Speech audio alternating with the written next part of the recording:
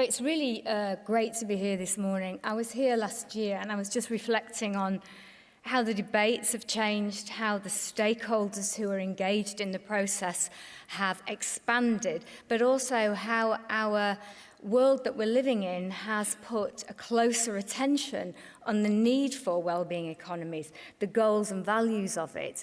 And so I'm improvising a little bit, given the permission to improvise, because this isn't how I intended to start today's kind of presentation.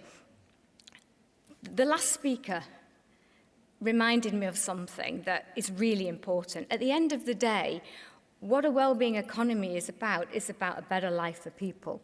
So when we wake up in the morning in homes that are secure, we're not worried about having food on the table. We have meaningful occupation. We have friends that we can enjoy and need us, not just to have them around to help us. These are the things, this is well-being to people. If you talk to people on the street, that's what they will say to you. And these are the kind of capitals that we need to invest in today. And GDP doesn't really capture enough of that. So what I wanted to do today is to say, well, what are the keys to healthy transitions amongst these big trends today? And how do we keep those assets, those capitals, at the centre of what we're trying to achieve? So we've heard a lot about the big challenges today, but when we look at them, we see that they're interrelated. And our work is beginning to see not just polarizations, which we've heard about, but convergence. So we're seeing that the economy, fiscal, social resilience, human capital and health, there's a convergence of how these things are interconnected. 4 big trends that I'd like to pick out today: mental health. 50% of young people in the EU report unmet needs for healthcare. We see rising suicides, so 10 out of every 100,000 suicides, and we know there is a gender difference in extreme mental health problems, with anxiety and depression higher for women and young girls, and suicides more prevalent amongst young men. And we need to address in our responses gender dimensions. And we see that the costs of poor mental health in the EU, 4% of GDP, 600 billion.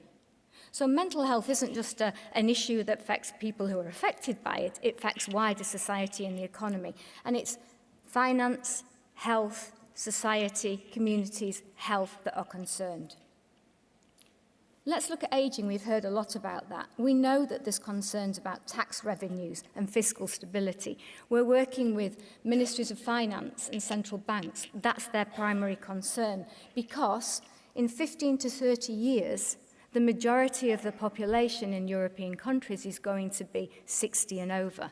That means that we need to supercharge the health and well-being of everybody in society, a life course approach to healthy aging, but we really need to supercharge the health and well-being of young people so that we're not living longer in poor health as we are now, and that we don't have the poverty that we see now, with 1 in 7 older people living in poverty. And we know that there's a gender dimension also in that because women are living longer, they're living in poor health and they're living in poverty because most of them don't have the pensions and the savings because of labour market policies during working years.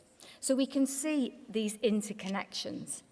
We've talked a lot about inequalities, but how can it be in Europe today, the richest nations, that we have 21% just over of the population at risk of poverty? How is it possible? Those people on low incomes, they see policies being made. They don't feel the benefits of those policies.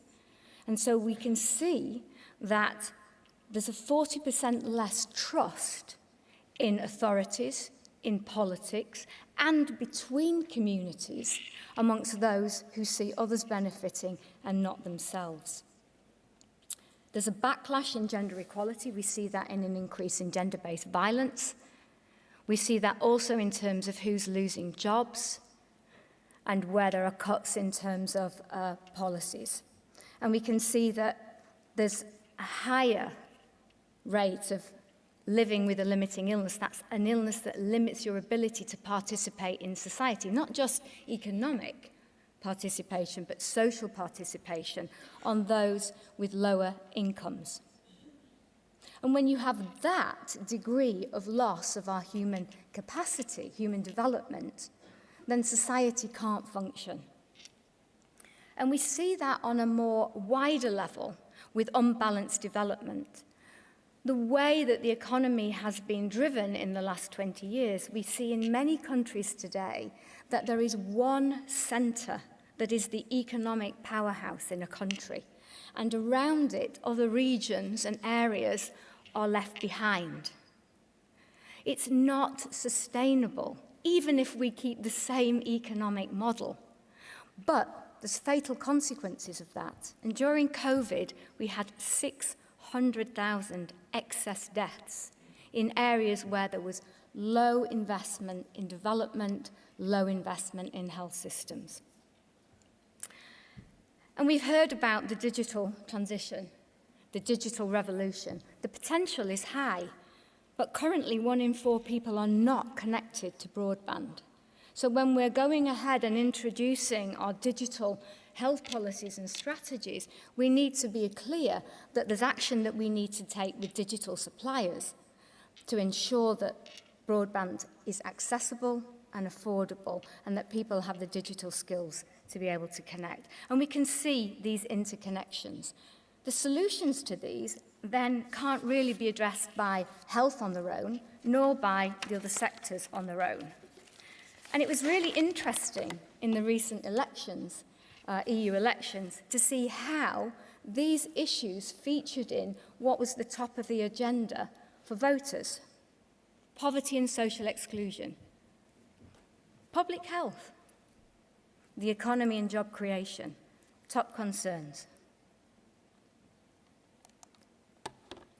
So what is important to people today? From our work in 2019 on Healthy, Prosperous Lives for All, from the work that we did last year on transforming the health and social equity landscape, and I hear in the presentations of other colleagues over the last 2 days, these are the things that are important today.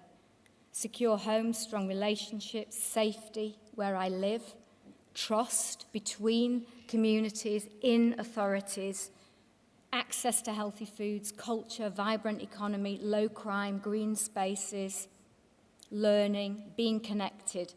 These are the things that are going to propel us forward for resilient and healthy societies, for resilient and healthy economies, and to protect our planet and natural resources. So, how do we get there? I think I'm reflecting here on many of the things that have already actually been said in terms of the way forward. But just to say, if we only have one measure of progress, it's not really enough. And I want to quote Mariana Mazzucato, who was recently did a short inspirational video for us in the Venice office. And she said it very clearly: if you're driving a car and you only have one measure of how that car is driving, its performance, its safety, whether it be how much gas in the tank, whether it be the speed, and you only had one, you wouldn't get very far and it'd be very dangerous. Well, here we are. If we only have one measure, it's not enough, and now it's dangerous. So what do we need to do? Just to highlight some key things here, we need new governance models that bring innovation to how public and private entities deliver public value for communities and society. So we heard yesterday from Tom Arthur from Scotland about the community wealth building and the legislation.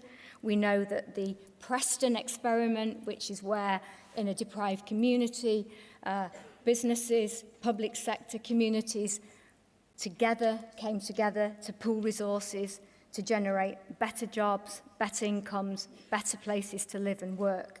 And that generated better health, but better economic, local economic development. So these are the kind of things, new ways of working. I've just got a message saying we're out of time. Do I need to stop now? Yeah, okay.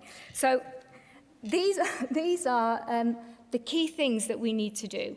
What I will be able to do on the next panel is say, okay, so what is WHO doing about it? And there's a lot for us to share. So thanks very much.